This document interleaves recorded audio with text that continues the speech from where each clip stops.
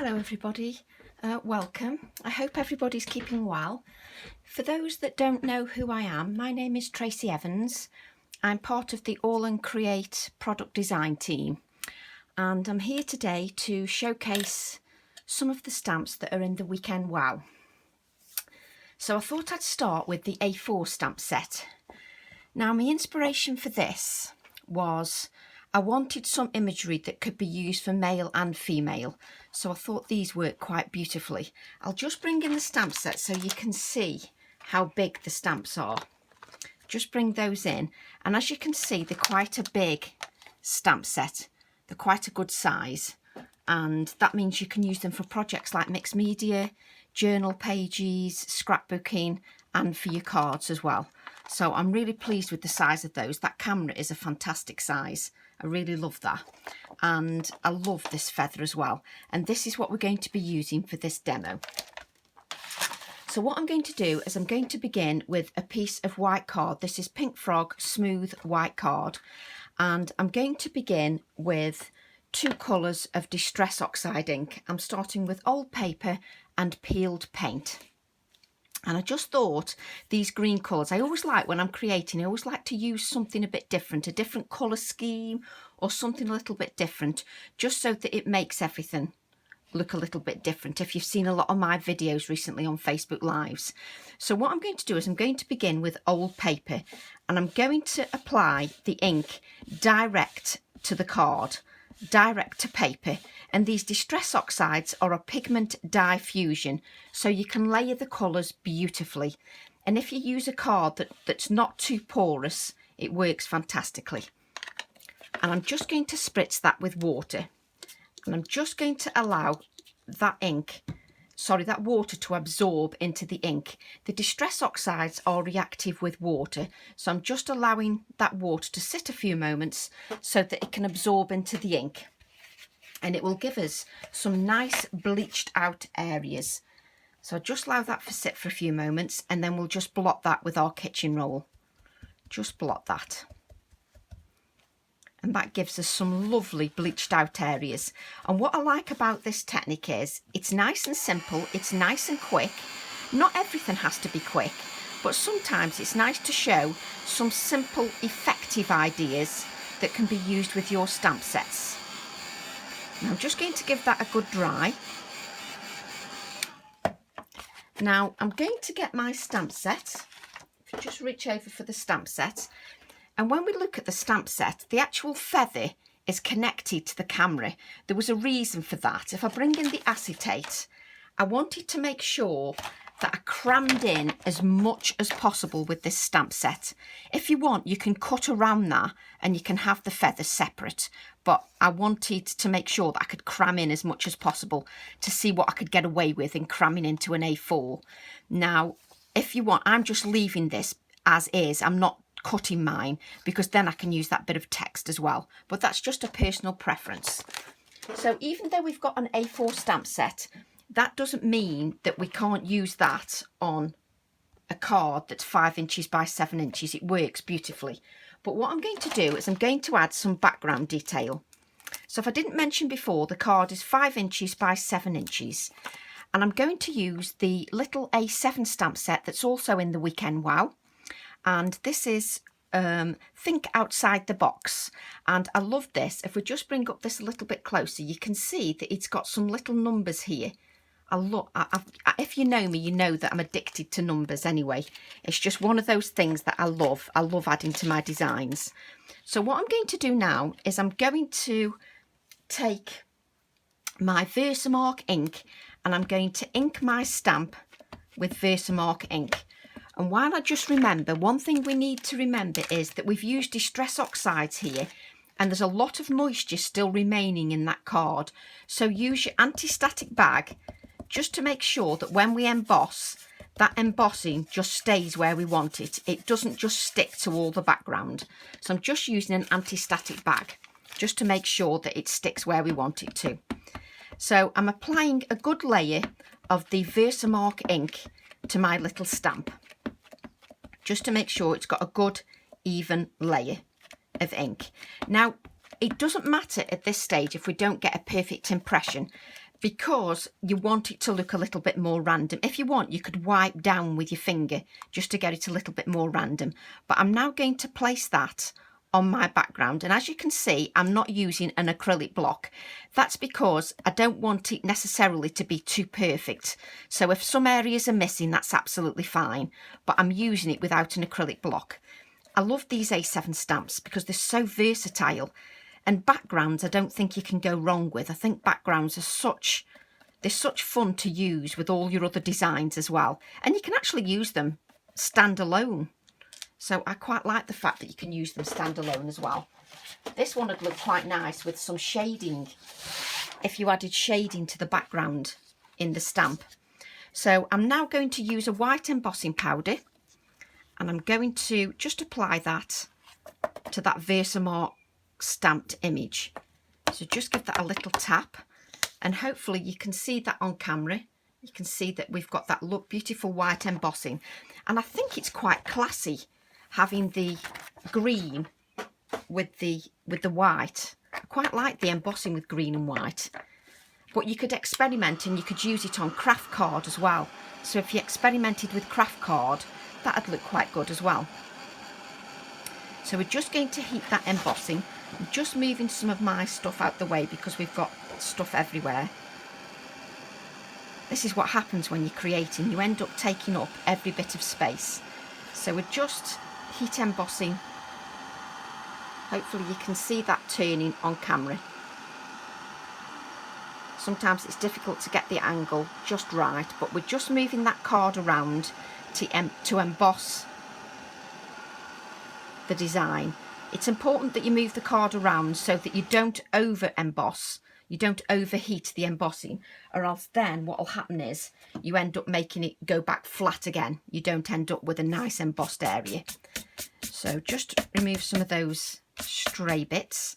And what I'm going to do now is I'm going to take my stamp, and this time I'm going to use a brown. Let's move these out of the way so we've got a little bit more space.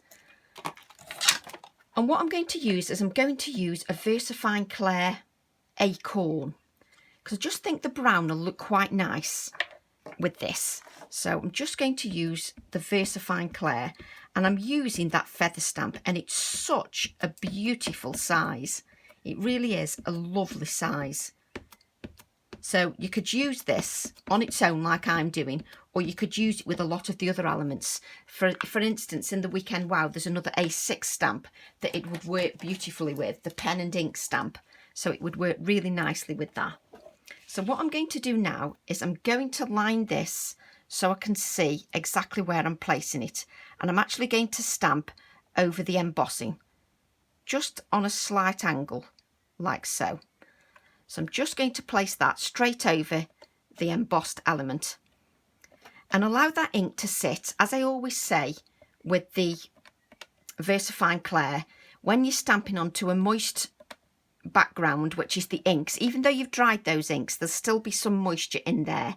Just make sure you allow that ink to sit. And I'm just lifting the All & Create acrylic blocks, which are very flexible, so it means that I can get this central area here. So I'm just lifting those up, just lifting that acrylic block up to make sure I've got that central area. One more time, and then we should have a nice crisp image, which we do. So we'll just move that out the way. And what you can see here, it's as if the feather appears behind the embossing. So I'm just going to blot that, just because we're using an ink pad with a good open time. So you need to make sure that you blot that. So blot the image, because as you can see, you get quite a bit of ink off there. So you just need to blot that to make sure that ink is definitely dry. Sometimes we're in too much of a rush and we don't make sure the ink is dry. Now, I quite like how that looks. You could even leave it like that and just add a sentiment if you want to, but I want to take it up a level. So what I've got here is I've got the image cut out a second time. So I'm going to add it like so. I'm going to add this like that, but I don't want it to be in that brown. And also, just to give the feather a bit more life, I'm just going to chop into the feather. Just chop into it because it will give it a little bit more life, just so it looks a bit more lifelike. So cut into that like you would if you were doing a leaf or hair or anything like that. Just cut into it, just so that then you can bend a few of those areas. So then you can bend it. It looks a bit more realistic because you can bend some of the feather area. Now we need to make sure there's some of that green in the background. So what I'm going to do is I'm going to add the old paper Distress Oxide to my non-stick craft sheet along with the peeled paint. Just add those colours to your non-stick craft sheet and spritz with water, and then mop up that colour with your feather, just so it picks up that green element, because I love the green. But then I'm a green person anyway. I love greens. I just think green goes with anything, because if you think about nature and you think about the garden, there's always green everywhere and it always sets everything off. So we've just added some of that green element there. So just give that a clean, and my voice is now disappearing, which is really handy when you're doing a video, that your voice just disappears. So we'll just give that a dry, like so. It's a lovely size stamp. This is what I like about this stamp. It's such a lovely size. And in itself, it can be a focal image. And what's good about that is, in that A4 stamp, you've got so many elements that's why I like to try and cram in as much as possible, because it gives you good value for money. And I just really like that. So what I'm going to do is, it's going to be added like this. We're going to add that feather like this, and you can see that background element here, which I love. So we're just going to add that now. And this is going to be a nice simple card, because sometimes it's nice to do simple techniques. And did I test the glue? Of course I tested the glue before we went live. But of course, just as you go live, the glue then doesn't flow. There we go. So we're just going to add that feather to our background. Just a touch more glue. And then you can play around with the placement. Sometimes what I do is I take a photograph with my camera just to see if I'm happy with the placement, and then I'll look at it several times to see, yes, is that where I want it? I quite like it. So I'm loving that. So what we need to do now is we need to add a little bit of a natural element. Because we're talking about a feather, sometimes it's great to add a natural element to your design. So what I'm going to do is I'm going to add,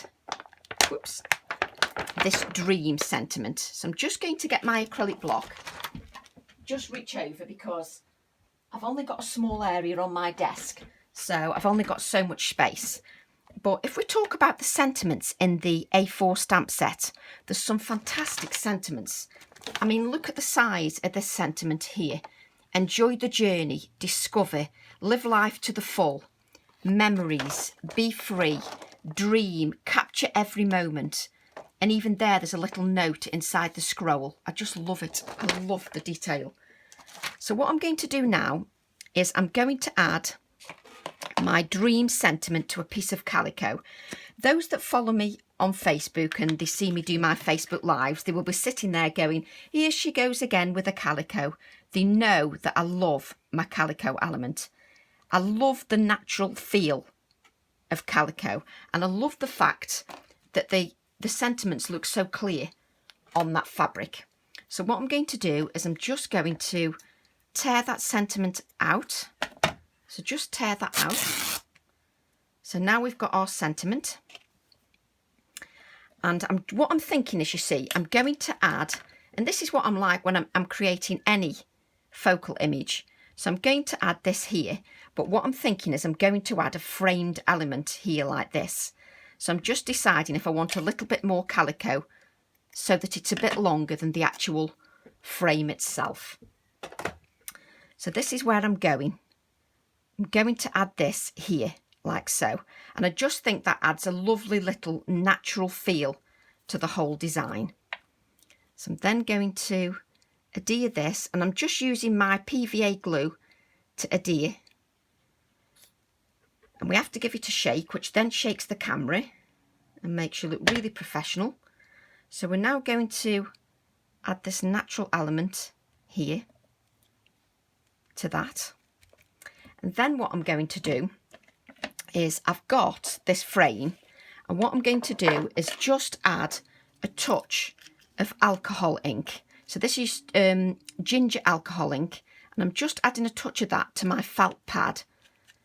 And then what I'm going to do is just colour, just make this frame a little bit darker, so then I can add a wax on the top, just so I can see it a little bit more. There's more detail to it, like so. So that just picks up the detail, and then what we can do is we can then add a touch of wax. I can use my Pebeo wax, just add a little bit, and then we can go over the frame, just so that you can see that detail in the frame. And I love these little framed pieces. I just think they look so lovely. And I love adding little different layered elements to the design. I just think it's fun. So what I'm going to do now is I'm going to add this here, because I'm loving the fact that you've got this brown in the frame that echoes the brown in the feather. So I really like that. So we're then going to add this to so we'll shake this off camera so that we don't shake the camera. I'm just going to add my adhesive to my frame. And I love that this just gives a 3D element, but not too over the top, if that makes sense. Not too over the top. So it gives a 3D element. It's not too bulky, because this is quite a elongated sort of natural element, and you don't want anything too bulky in that design. I don't think you do anyway. You don't want anything too bulky. And what I'm doing is I'm just looking in my little embellishments. I've got some little embellishments here. Those that know me know I love my little embellishments, and sometimes I just go with the flow. I don't always prep everything within an inch of its life. Sometimes I prep everything, but then I always change my mind and I add a little bit of something else. So what we need to do now is add some white paint. So I'm just going to add some white paint. So I just need a credit card. I've just chucked my stamp on the floor like you do while you're live. So I'm just going to add some of this white paint to my design. Just add some touches of white, because I just think it will lift the whole design. If we just add a few scratchy lines to the design, it just makes everything pop. You don't want to cover everything up, but if you just put a few little lines here and there, it just lifts everything. See, I love that. I love that. Just feel like it doesn't need too much else. If we get some black card, if you get some black card, and then you can see that when you add that to a black card, it just gives a wonderful natural element to your design. And I just think with your little embellishments, you don't need much else on that card. And what I wanted to show with this card is that everything doesn't have to be overcomplicated without it still looking effective. I wanted to show that you could create something simple. And if I lift that up, you can still see these numbers in the background of the stamp, and you can still see the layered colour, but you've just got a touch of embellishment here that doesn't detract too much from that fantastic feather. So I hope you enjoyed that demo, and I'll be back shortly with a second one. See you soon. Bye.